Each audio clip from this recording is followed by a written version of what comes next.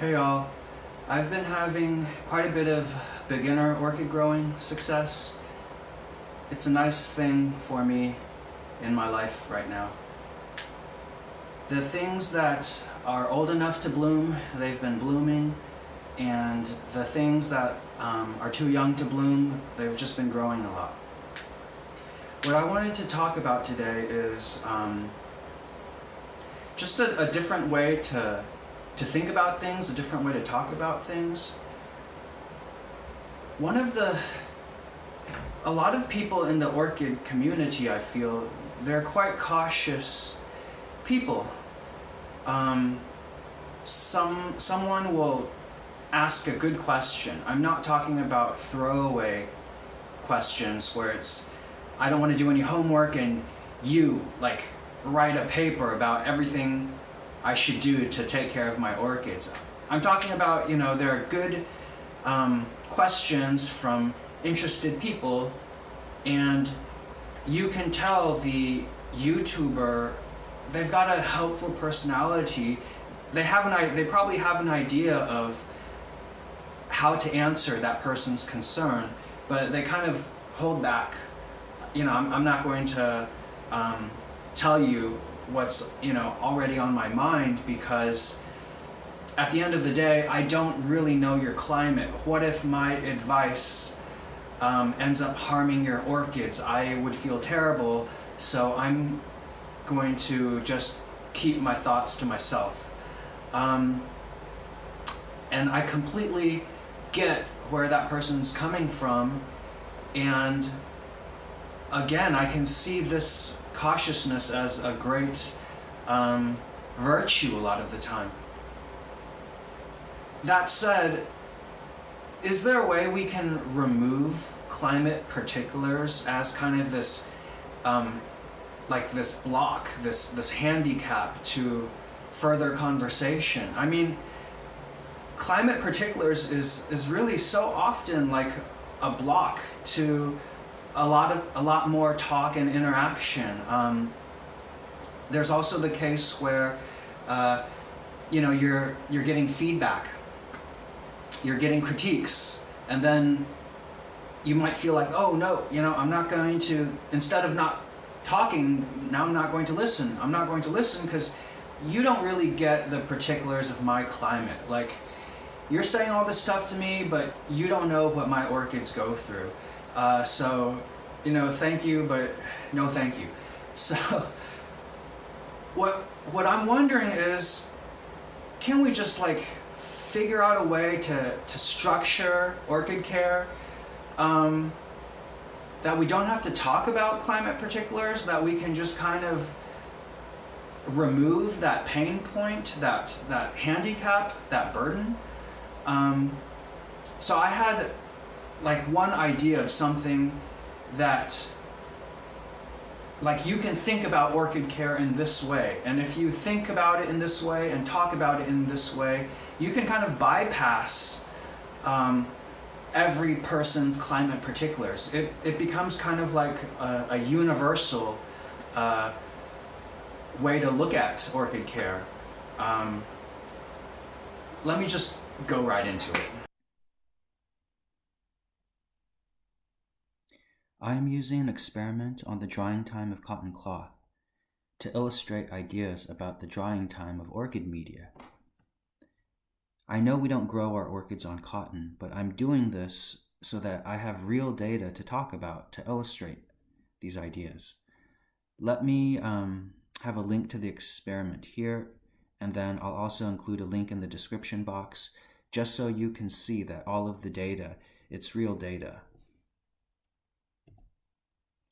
Now imagine we use a small thin piece of cotton cloth as an orchid mount.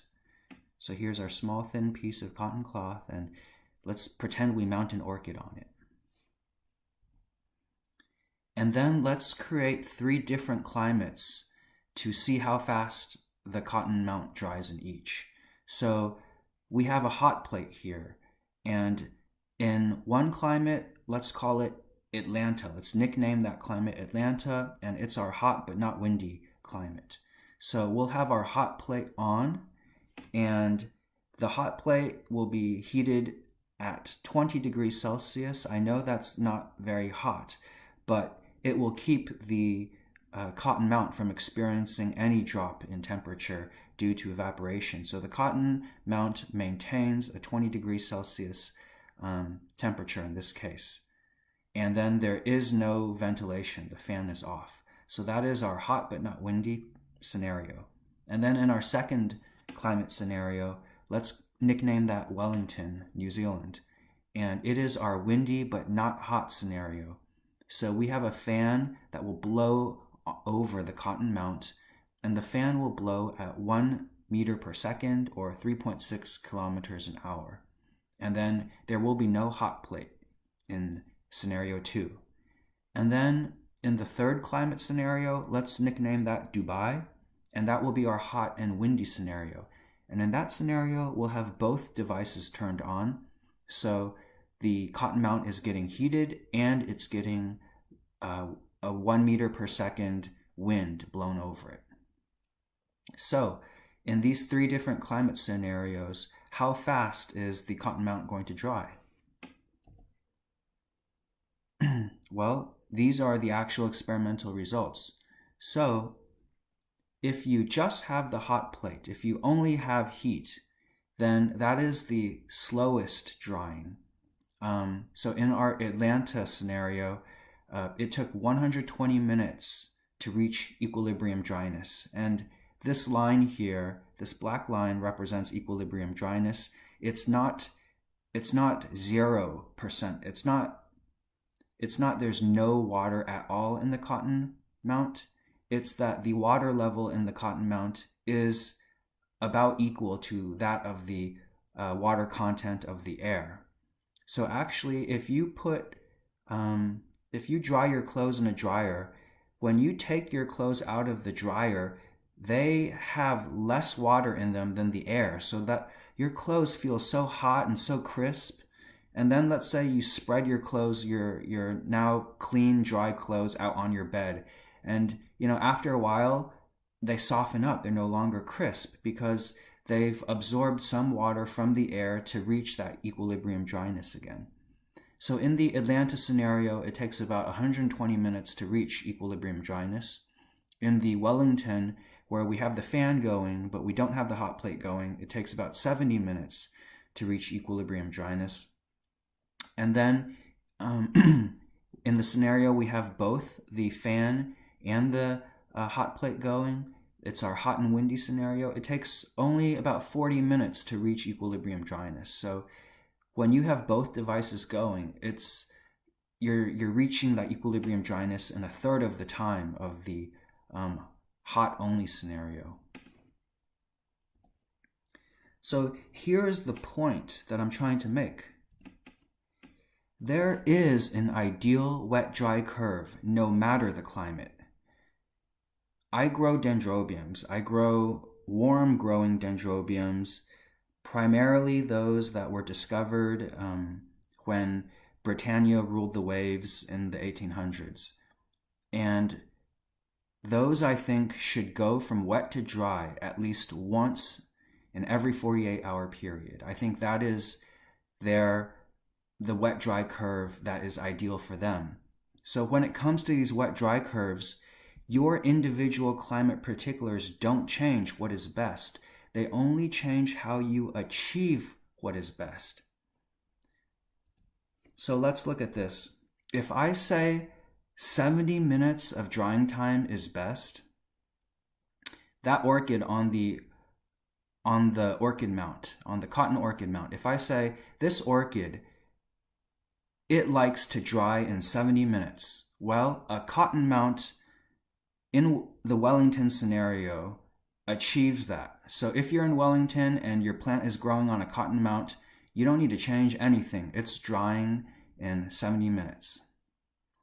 But if you've got that orchid on a cotton mount in Atlanta, and the nickname is Hotlanta, if you've got your orchid on a cotton mount there, it's drying too slowly there. It takes 120 minutes when the ideal drying time is 70 minutes. So you may need to change to a bark mount in order to dry more quickly. And then you've got the opposite problem in Dubai. In Dubai, where you've got the heat and the wind going, you're drying out in 40 minutes, and the orchid prefers to stay wetter for longer. It wants to dry out in 70 minutes. So in that case, you're drying out too quickly. And so you may need to change to a setup that keeps you moist for longer. You may need to change to sphagnum in a clay pot, for example. So the people who are growing on cotton in Wellington, they're doing fine. But then the people who are growing on cotton in Atlanta, boom, you might have to make a change to dry more quickly. And then the people growing in Dubai, you may need to make a change to dry more slowly. And there is this blue very best drying curve. Like wherever you are, if your orchid can dry, that particular species of orchid, if it can dry in 70 minutes, that's what's best for it in this example. So this is no longer cottonmouth and some pretend orchid. This is, from my experience with the warm growing dens, I'm thinking this is an ideal wet-dry curve. If they can, within a 24-hour period, get full-on saturated and then completely dry and spend just a few hours dry and then get full-on saturated again the next day, something like this would make them very happy. Now, I wish I could give them something like this. I try. So I give them something like this. You might have seen some videos of mine where I have them in baskets and all of these little pieces of wood. So it's kind of like a wood mount, but because all those little pieces of wood, it does hold moisture longer. So it takes a little over a day to dry out. But they get dry within a 48-hour period. So I think, they're doing all right. I really think that a sub 48-hour period is a good way to go for these guys.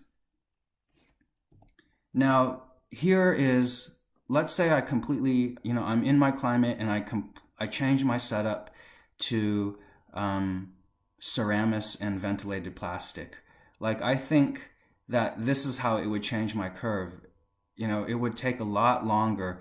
It would take maybe a week to dry out, whereas now it's taking less than 48 hours. I don't know, maybe it'll take a week and a half, but it's just a lot longer dry out time. And so, you can see that this green is what I'm saying is, maybe an ideal wet-dry curve. And then if you had it in Ceramis, or you had it in sphagnum, or you have it in a much more moisture retentive medium, you can see how differently two warm growing dendrobiums would live. Would they both thrive? I don't know, but I'm saying I think the green is probably what they would prefer. Now, here's an example of, I showed you what I think the ideal wet-dry curve for warm growing dens are.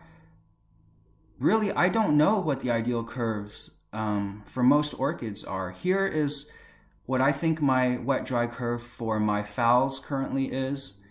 I keep my phals at my parents' house and I visit them, on the weekends. And so usually a Saturday morning, I will full-on water it, and I keep my phals in a clay saucer. They're in clay pots and clay saucers, and the clay saucers hold water. So for all of that time, there's a reservoir of water in the clay saucer. Their medium is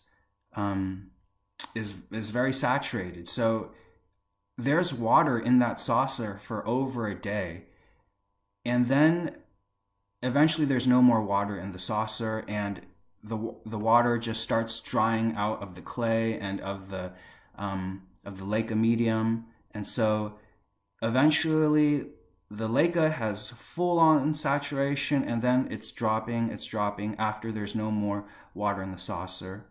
And by midweek, the Leica is dry, and it's just at that equilibrium dryness, and then it's just staying dry for at least half the week. I mean, that's what is happening to my phals right now.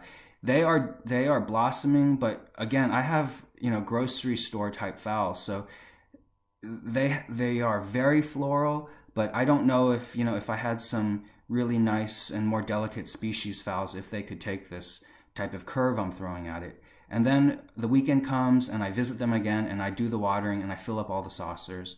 And so this is my curve for phals, and I don't know what the ideal curve is. And then here are, just my quick thoughts just from, reading some forums and listening and watching other videos.